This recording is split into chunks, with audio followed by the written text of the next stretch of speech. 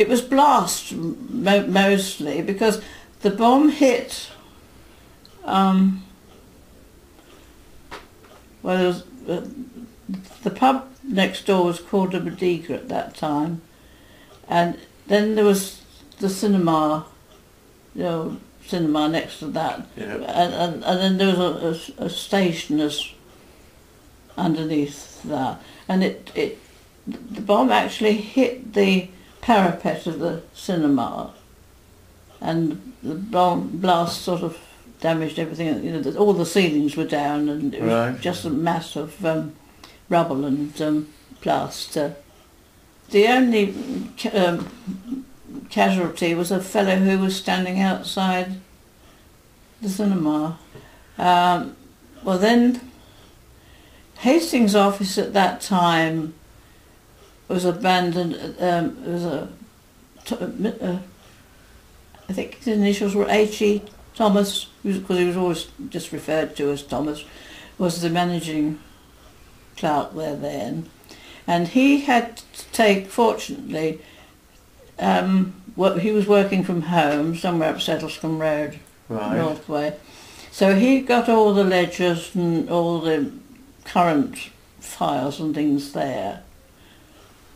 And I can remember after the bombing, Bob Cole and I went over to see if we could rescue anything, and it was in such a mess. Everything was, and I remember finding a green glass ashtray and something else. I can't remember what else. But that was about all that we took back to Bexhill. What happened to all the deeds and things? Well, there was I suppose Thomas had got the stuff at home. What was current, and anything that wasn't current, I think, had gone to Bexhill. Right. What was the address of the Hastings office? 2. 2. No, 2 Cambridge Road. And that was bang next door. It was the first of those terrace houses there, and I think the top part was let off as flats. Yeah, there was a small cinema when I was a real small kid, just up there. And I think somebody else was in the basement. I think they were only sort of operating from the first floor over there. Anyway, after a time, Thomas decided he'd had enough of it, and he got a job with a firm either at East Grinstead or somewhere up that way. And so Bob and I went over to his place and collected all the stuff he'd got. And we kept the thing as a separate entity, and Bob and I ran Hastings' office from the front attic at number 2. Right. I kept the books.